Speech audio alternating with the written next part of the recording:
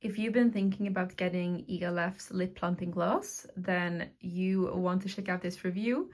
I have used it for a month, a few times a week, and it's a gorgeous color. It's the color Mauve Lady that I picked.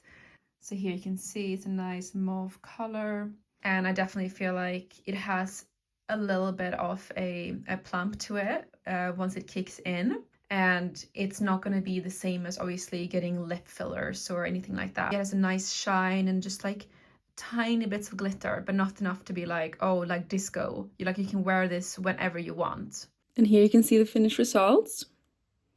I think they're looking very plump and nice. So if you are looking for a lip plumper with nice clean ingredients and a beautiful color, and that will actually give you a bit of a result, a little bit of a plump, like a subtle plump, then I recommend it for you.